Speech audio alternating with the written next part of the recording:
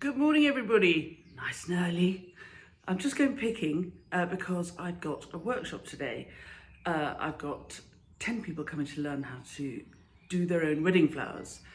It's very expensive business doing wedding flowers or paying somebody else to. And rightly so, frankly. It's hard work. It takes a lot of material and a considerable amount of expertise. However, if you're doing your wedding on a budget and you'd rather spend your money elsewhere, which I think is totally understandable, I love to teach people to make a really lovely display of their own, often using flowers they've grown themselves. So I'm just getting ready. We've got our we have a sale marquee, I'll show you later, outside where we're all going to sit because COVID restrictions, we'll all sit outside. And I'm just getting my bits and pieces together. So I'm going to make a meadow box to show them how they can make something really stunning out of a small container or a large container. But actually, for me, the trusty wine box is dead handy. So I've got my wine box to hand. And what else are we going to use? It's always good to show people how to make a sort of trad classic table centre. This is one of my favourite vases. You can make quite a big table centre with it. You want to keep them low for a wedding because otherwise people can't see over and talk to the person they're sitting opposite. So we'll have that one. We're going to need something to put the bride's bouquet in when we've made it. And so I love these stoneware pots. I think it probably originally was a mustard pot. And I've got quite a large collection. They've got a lovely weight to them, rusticy feel, but they're a rather nice basic colour. Everything goes with them and they're very stylish shape. Love them, I love them. So we'll have that. And the plain old trusty, actually we might have, look, smaller size, little, so we've got a big one, a little one. They will go on our tablescape. And one more, we need a proper trad jam jar. And you may think, a jam jar for a wedding? Yes, well, believe me, it's a very, very effective look, particularly when the edges have lines to them. Anyway, if you'd like to learn more about the meadow box, I have a workshop online tomorrow afternoon at 5 o'clock. So Wednesday at 5 p.m. British summertime. Oh, I'm struggling with the date. It's going to be the 19th of May. So if you ever wanted to learn how to make a meadow box, then join me then. And I'm also doing a hand-tied posy workshop on Friday. It's a demo on Friday online. So that'll be the 21st of May at 4:30. It might be fun to come along and hopefully inspire you with both workshops to go outside over the weekend and go cutting some flowers. On which note, shall we get going?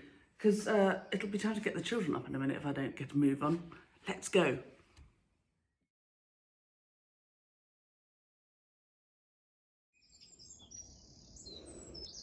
The birds are so noisy, I hope you can hear me over them. So I'm out here and I'm cutting with my trusty Milwaukee snips.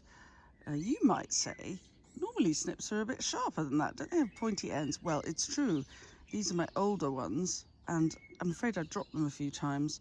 And at one point I did what they always say and I tried cutting quite a fat branch off a tree with them. So I snipped them.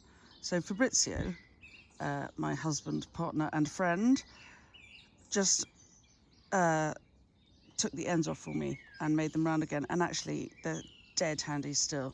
So there you go, a very terrible bit of film but nice snips. Now here's some lovely material: buttercups, bistwort, cow parsley, and in the distance Telema grandiflora, all which will help give my wedding flowers a really lovely wild feel. And these are growing wild in my garden and maybe growing wild near you. Obviously, if you're cutting wildflowers, you do have to be careful to only cut them if you are the owner and or responsible for the patch of land when they grow, where they grow. It's not a good idea to go around cutting other people's wildflowers. It is, in fact, against the law.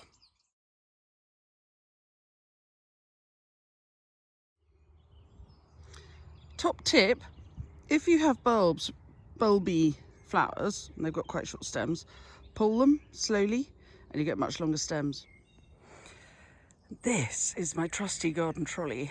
It's called the Handy, and I found it online at the recommendation of Oliver Dowding, who's a neighbour, brother of Charles, the veg guy, who, and Oliver grows very, very fine cider and apple juice. Delicious. Anyway, you can see the trolley. I can fit 8 buckets in it. The buckets are free from the no, they're not. They're £1 for 10 or something from the supermarket. They're second hand. But they're dead handy, save on the single-use plastic, which would otherwise be their fate.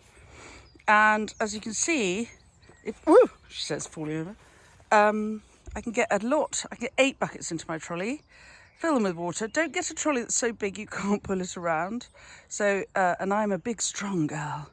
So you may have a slightly smaller one that can have 6 buckets. But it's a good trolley. Recommend it highly, or something like it. Otherwise, you're having to carry the buckets around, and that's tough. Right, and we go to get the next lot. Behind me, you can just about see, that's Granny's house. Granny lives with us. She lives in the old tractor shed, much done up since the days of housing tractors. Now it houses Granny, and you can hear my trolley thundering along behind me, and the neighbours going to work, and the world is just coming to life. I'm going round the corner, trundle, trundle, trundle, and I'm going to come up to some lovely red campion, which I'm going to cut for this mix for my demo today. Here we go. And while we're passing, I'll just show you. These are our homemade step-over apples. Giant size, because they come up to my chest. But they have been really, really successful. And you see how there are lots of tall shoots. I'm going to cut some of these for my greenery, for my wedding demo. Why am I not cutting the blossom, you ask? Well, if you look closely, it's kind of over. So it looks really lovely in the video, but actually it's too open. Look, see, bit wind and weather bashed. I'm making apples, so let's leave them to make the apples and we'll enjoy the foliage. Thank you very much, apples. Also cutting very nicely this wild cornus. Look at that lick of rusty colour in the newly opened leaves. That is what makes a really stunning mix for cut flowers. It's the stuff that's not obvious that you really want to go for.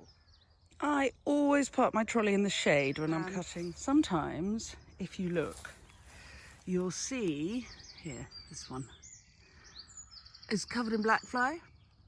Now, of course, you would never kill the black fly, because otherwise, what will the birds and the other beetles eat?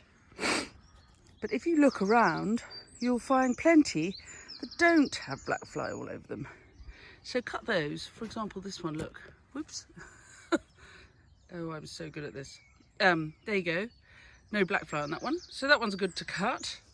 Lots of black fly on that one. So leave that one for the birds. You don't have to kill everything. Share and share alike, I say. That's coming along nicely. Not quite finished, but I do need to take the children to school and make sure they've had some breakfast. So I'll take a break and we'll finish up later.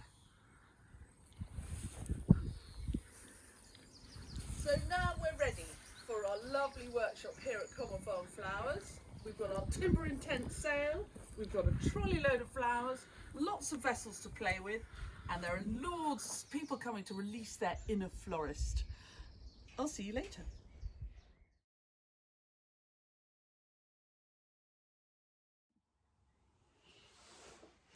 So if you're enjoying these videos, please do press the bell so that you get notified when we have another one coming up, and subscribe to the channel because then I get lots more people following, and it encourages me to make more videos, which will be fun, I think. Anyway, oh, don't you love? Oh, look at that. Cheery day. Anyway, see you soon.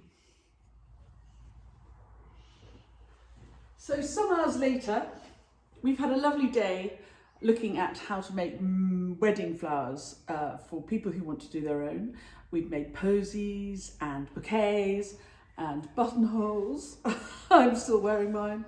And I've used up the leftovers to make this meadow box. I'm doing a demo tomorrow online on an online workshop, tomorrow being 19th of May 2021 at 5 o'clock British Summer Time. So if you'd like to join in and learn how to make something like this, then do book a place on my website, commonfarmflowers.com, and I will show you how to make something like this tomorrow. It makes an amazing centerpiece, but also fun to do for weddings and all sorts of events. And we've had a really great day here at Common Farm, having our first workshops this year, and first workshops really since last summer. It is what I really love to do. So I'm always telling people when running small businesses, do what you love. That's lovely Holly, who was of Not on the High Street, has just written a book called Do What You Love, and I agree with her. Do what you love, and I love to teach. So I'm on Wednesday, tomorrow at 5 o'clock. I'm just waving it for Brixie to say, don't come in, I'm taping. 5 o'clock tomorrow. If you'd like to book a place, book quickly because we send out the links at about lunchtime. And I hope you've enjoyed walking around with me cutting this morning, and perhaps you'll be inspired to come on a workshop. Anyway, online or here. Thanks for watching, and I'll see you another day. Bye-bye. See you another time. Bye-bye.